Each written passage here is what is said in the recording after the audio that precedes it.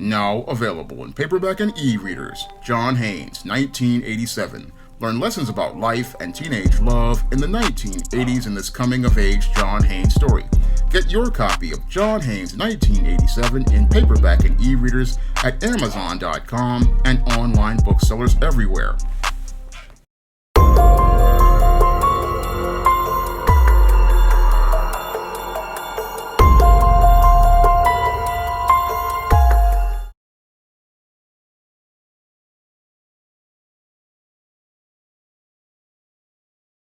I wanted to do an update to a video that I did previously talking about how a man wound up losing his life on a 5 train because someone allegedly stepped on his sneakers. Now, a suspect has been caught as related to that alleged incident that took place on that 5 train on April 25th, and the suspect, Luis Jose Duarte, was taken into custody on Wednesday and charged with first-degree manslaughter in the stabbing death of 38-year-old John Sheldon. Now, back about a week ago, I made a video on this entire incident where 38-year-old John Sheldon was riding on this 5 train that was going southbound, and as this train was going southbound, 46-year-old Luis Jose Duarte allegedly stepped on the sneakers of John Sheldon, and as he stepped on these sneakers, this led to an argument starting between Luis Jose Duarte on this train and John Sheldon, and as both of these men continued to argue, things continued to escalate after an anti-alphabet slur was made by one of these individuals, and this turned into a physical altercation, which led to Luis Jose Duarte allegedly winding up stabbing John Sheldon on this train as it was barreling into the Brooklyn Bridge City Hall station before 9 o'clock in the morning.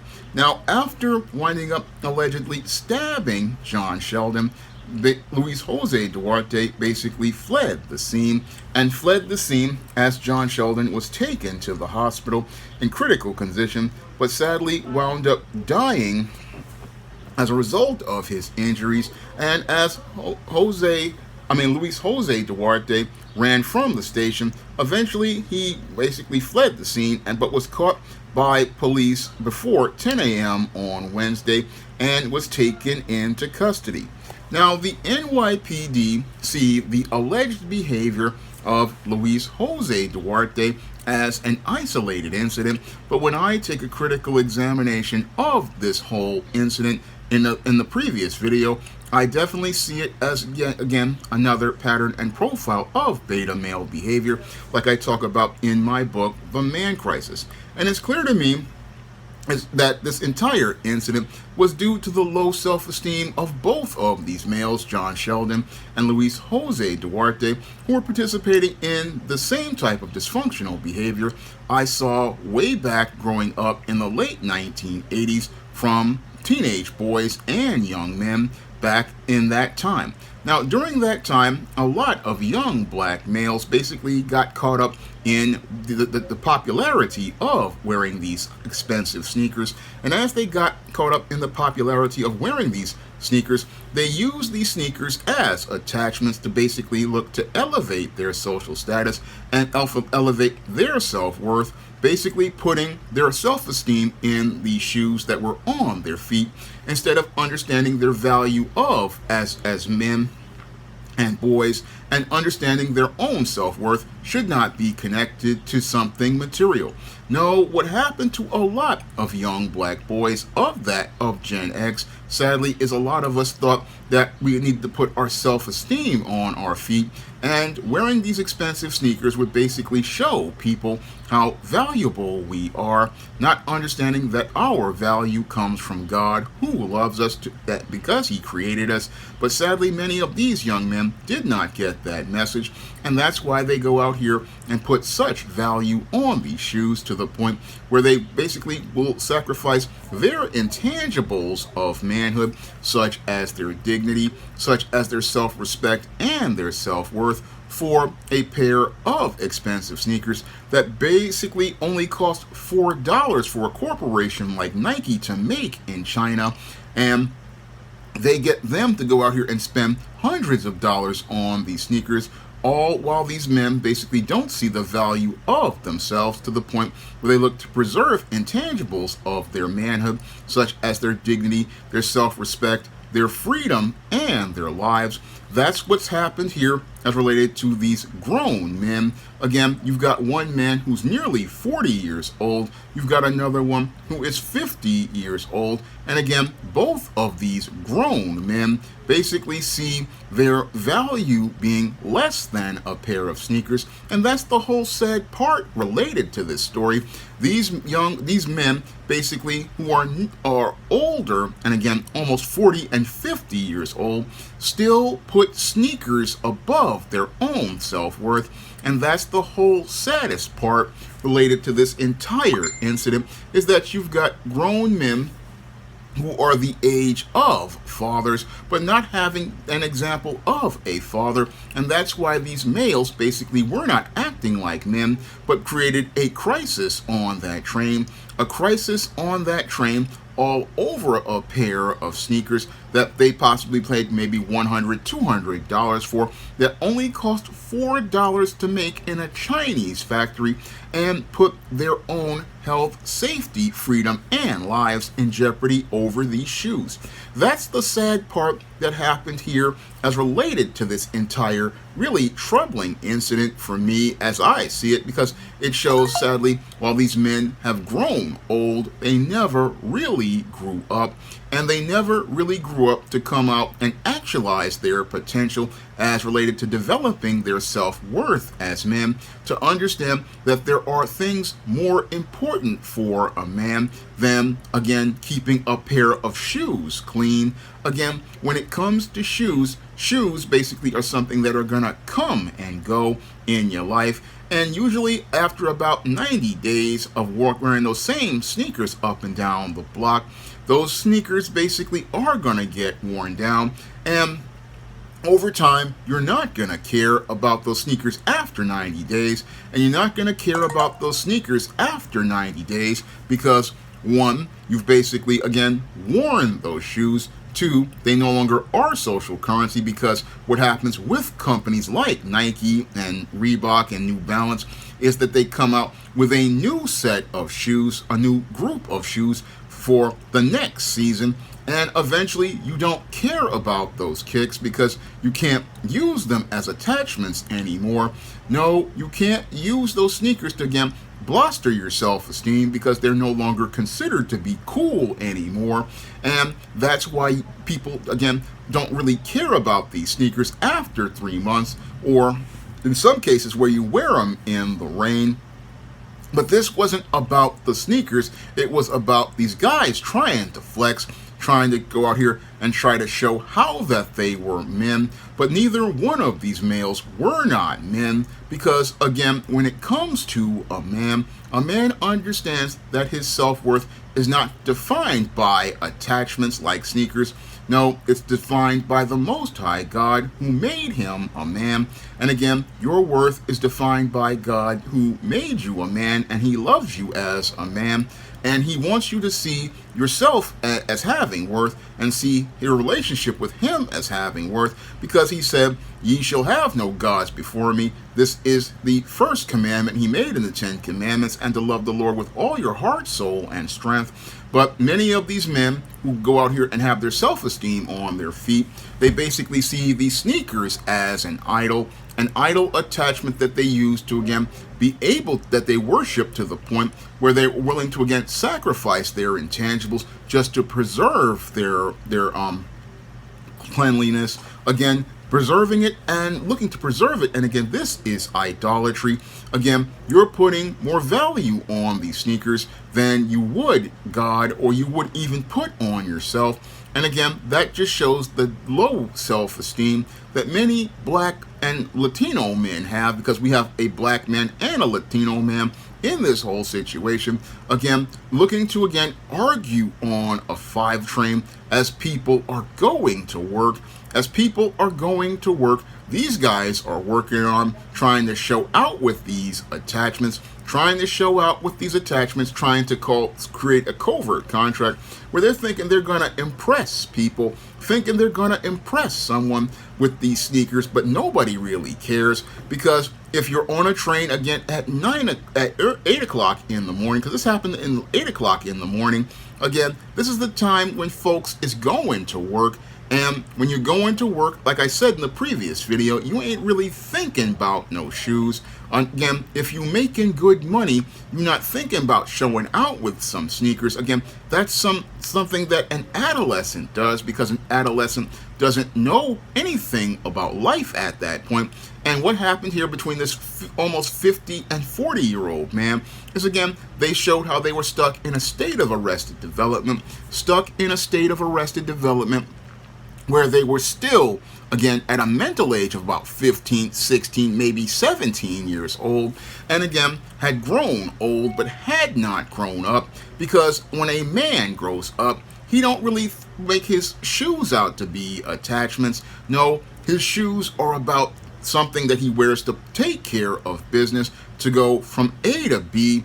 I mean, yeah, he may wear some shoes as part of his job. Again, he might wear some dress shoes that, again, are really nice if he's got a business meeting or if he's got something going on. And if he's got good money, again, he's going to wear those shoes. But again, those shoes are, again, not a part of what defines him as a man. They're not self-esteem on his feet, because he has other things that about him that he sees that have more value. And since he has a good sense of self-worth and a good sense of self-esteem, he does not see his shoes as being the most important thing about himself. No, that's what a healthy man understands.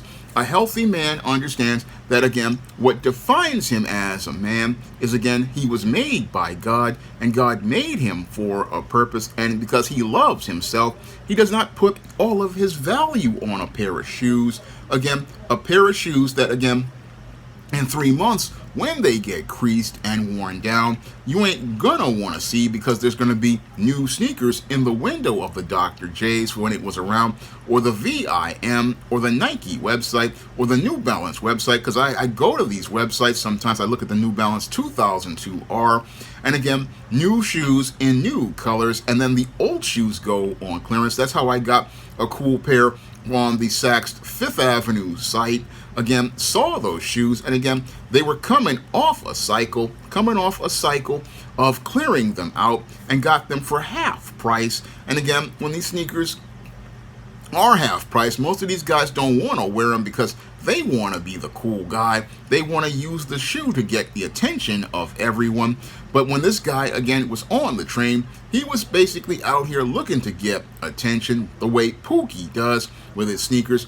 And then this Hispanic guy stepped on his shoes, and because he felt like he was disrespected, he wanted to go out here and so-called take his respect.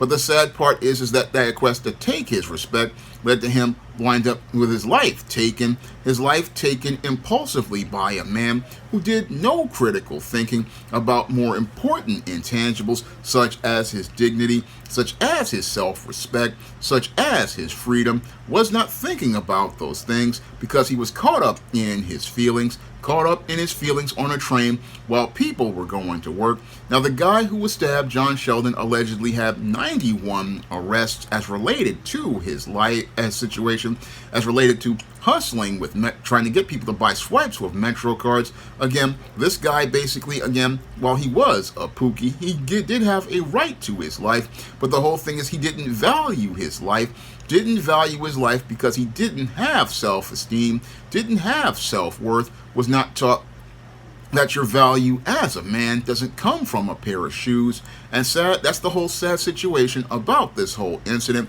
I mean, it shows me how little has changed for both Black and Latino men in the inner city, and how they still put their self-worth on their feet. And again, or would look to put more important things like their freedom and their life above and below these shoes. That's the sad part about this whole situation that led to these two males winding up becoming men in crisis and putting themselves in a situation where one man is dead and the other one is on the way to prison for a good long time, that's related to maybe 7, maybe 15 years, and won't be seeing any sort of sneakers in the pit as he's in the Rikers Island or the count or headed towards the penitentiary. No, what's going to happen to this dude, who's nearly 50 years old, Luis Jose Duarte, is he's going to lose a big chunk of his life inside of those jails and possibly prison,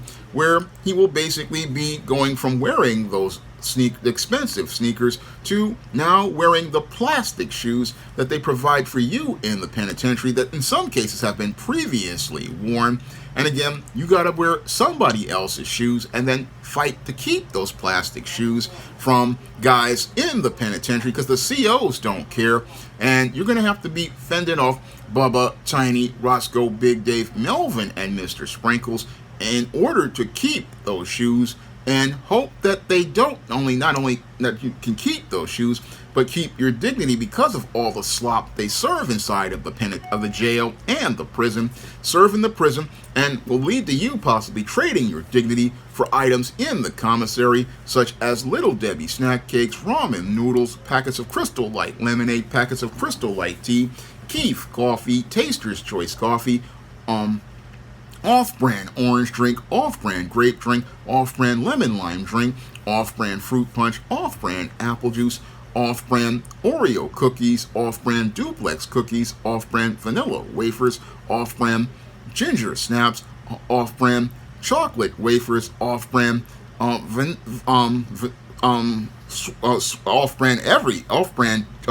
I would say lemon cookies, Hunt's snack pack puddings, beef summer sausages, the hot and sour pickles, hot tamale peppers, packets of soy sauce, packets of sriracha sauce, Teenage Mutant Ninja Turtle pies, prison chips. I mean, dude is basically going to wind up having to trade his dignity and his front side and his back side for all of those items in the commissary just to eat.